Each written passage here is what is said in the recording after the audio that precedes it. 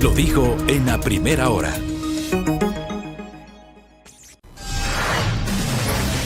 ¿Sabe usted en qué consisten? ¿Qué prestan las notarías de los 221 cantones del país? En la primera hora. Hoy es jueves para absolver sus inquietudes notariales. Por Sonorama, la gran señal nacional. Muy bien. Jueves de inquietudes notariales. Me contacto telemáticamente con el doctor Edgar Cárdenas, quien es el presidente del Colegio de Notarios de Cotopaxi. Mi doctor, ¿cómo le va? Bienvenido. Buen día. Muy buenos días, mi estimado Fabricio. Muchas gracias por la invitación. Siempre a las órdenes para resolver las consultas de la ciudadanía. Claro que sí. A ver, el tema que hoy vamos a plantear a nuestra audiencia es cómo funcionan los contratos de compra-venta de bienes inmuebles.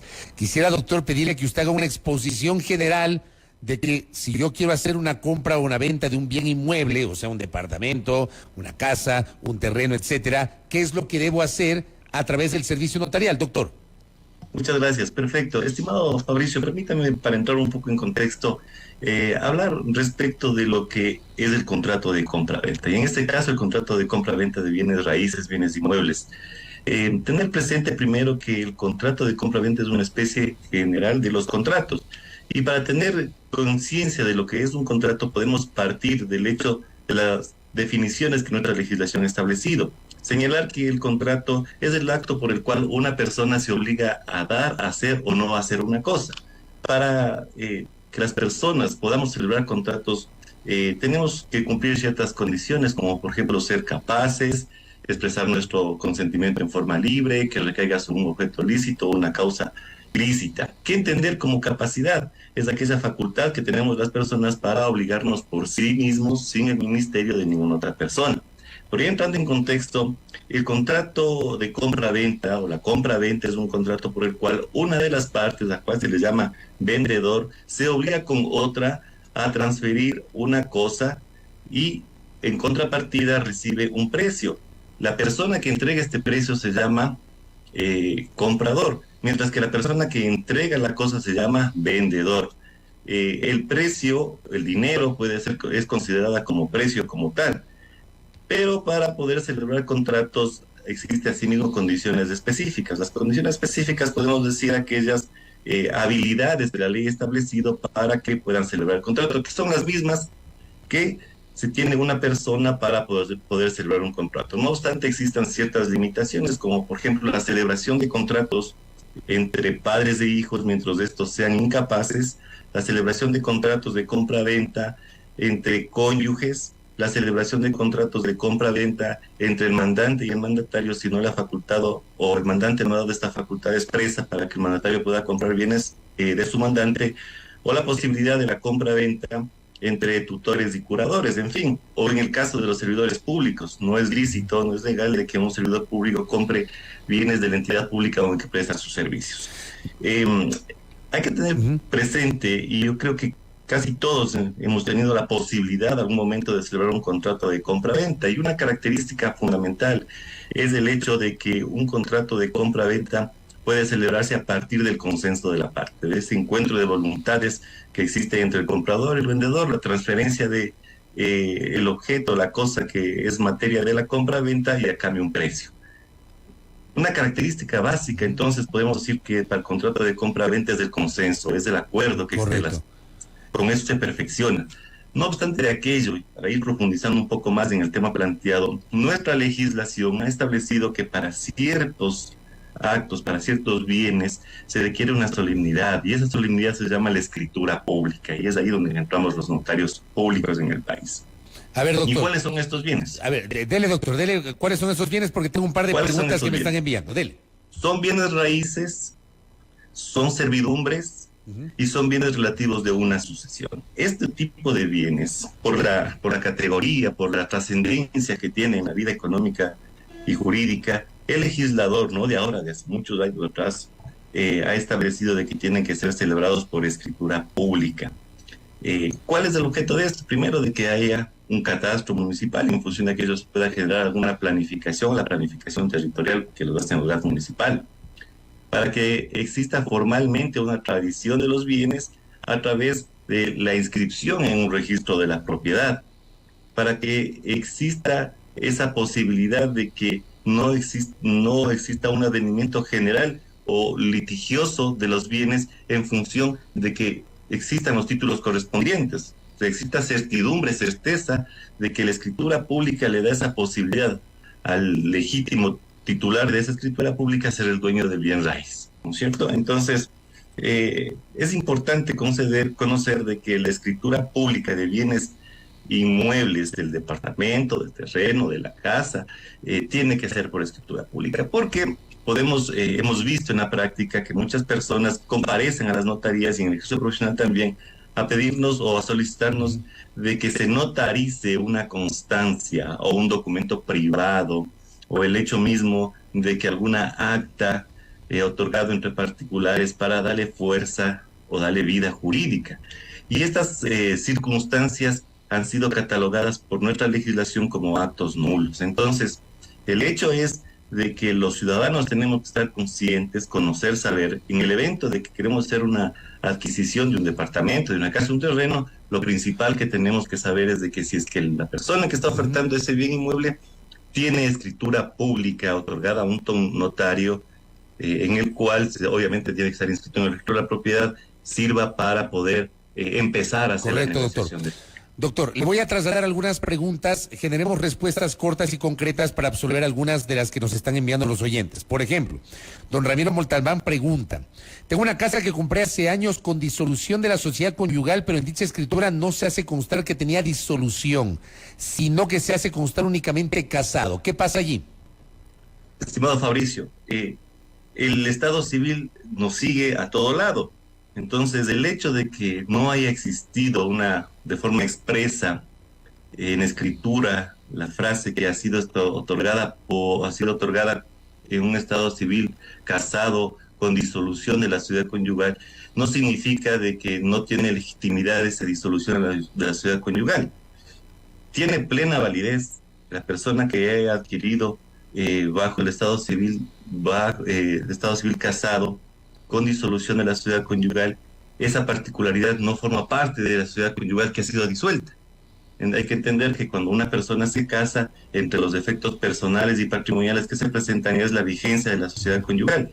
Pero esa sociedad conyugal, como el caso que nos ha planteado, ha sido ya disuelta, ha sido terminada. Entonces, todos los bienes que ingresan o que compra una persona con esa condición forma parte de su haber personal, es un bien propio, ¿no? Correcto. Acá, otra consulta nos dicen, si 2 de 3 herederos venden un terreno a un tercero, ¿qué puede hacer el tercer heredero para hacer valer sus derechos? Ya, miren, hay que tomar en cuenta lo siguiente. Cuando una persona fallece, se abre la sucesión.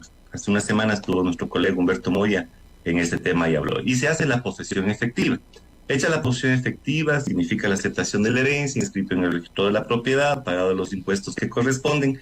Los herederos pueden enajenar las acciones y derechos que le corresponden. Entonces, en el caso concreto, habría que verificar si es que se vendió únicamente las acciones y derechos que les corresponde a cada heredero de la sucesión, o puede ser de que se vendió aduciendo de que no existen más herederos. No obstante de aquello, si es que fuese este segundo caso lo planteado, el heredero puede realizar primero su posesión efectiva y sin lugar a dudas acceder a la justicia jurisdiccional para hacer valer sus derechos.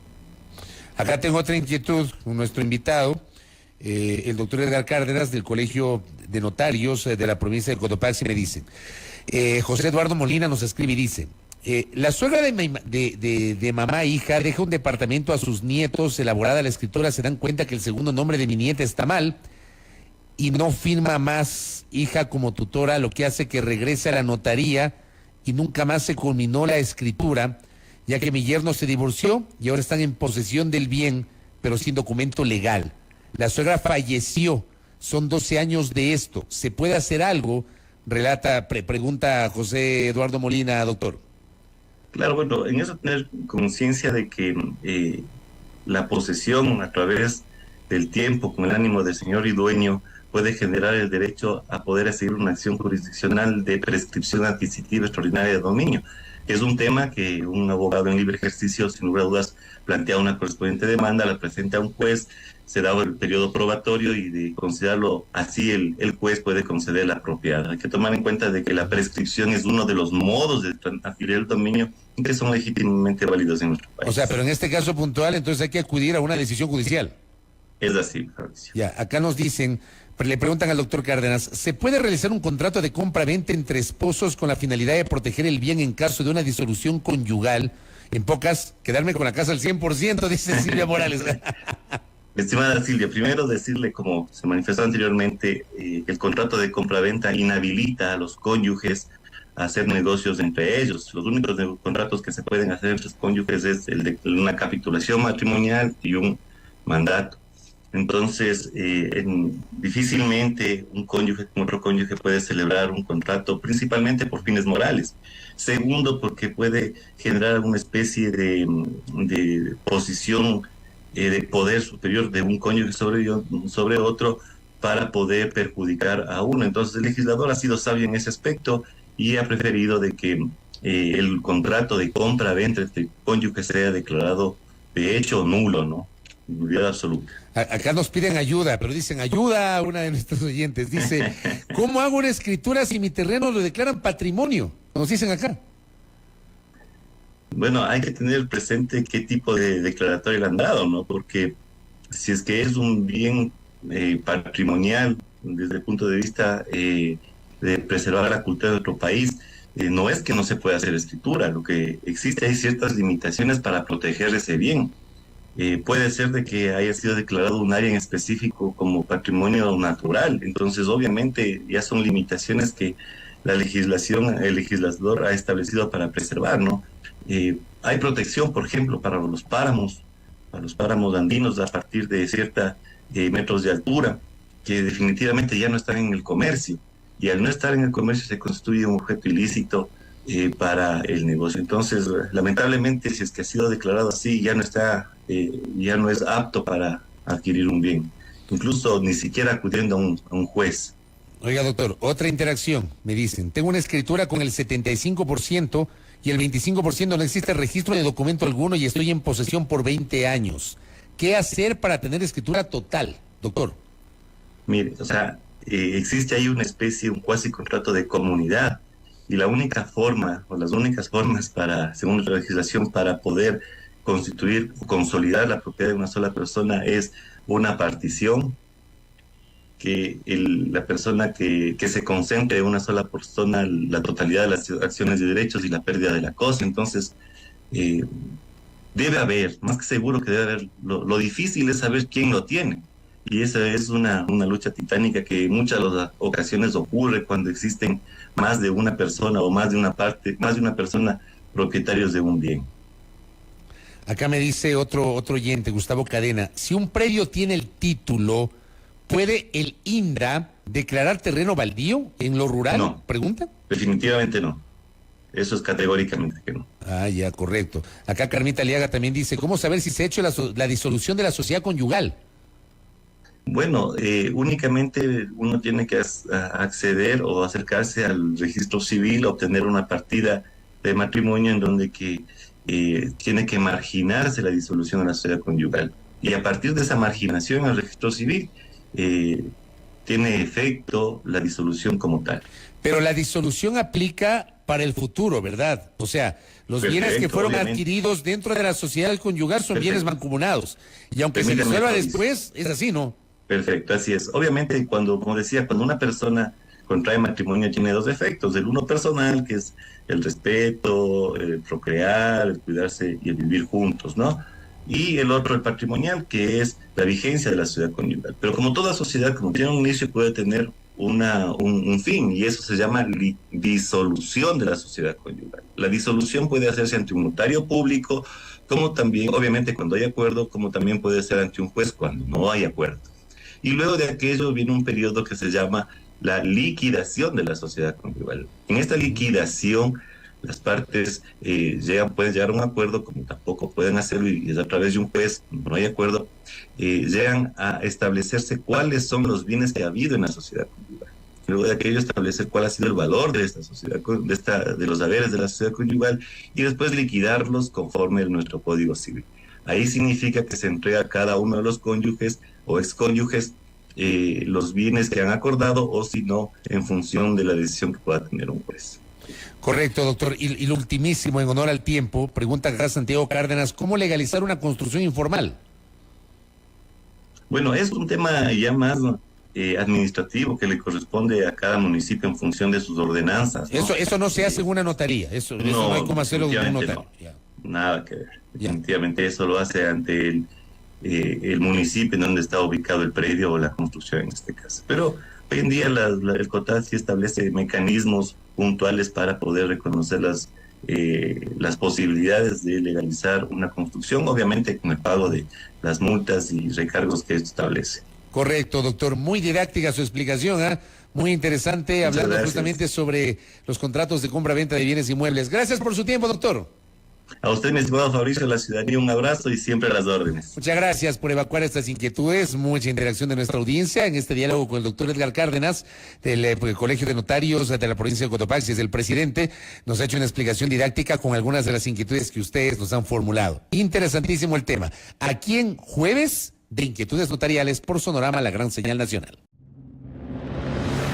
Primera plana. Todas las noticias, todas las voces.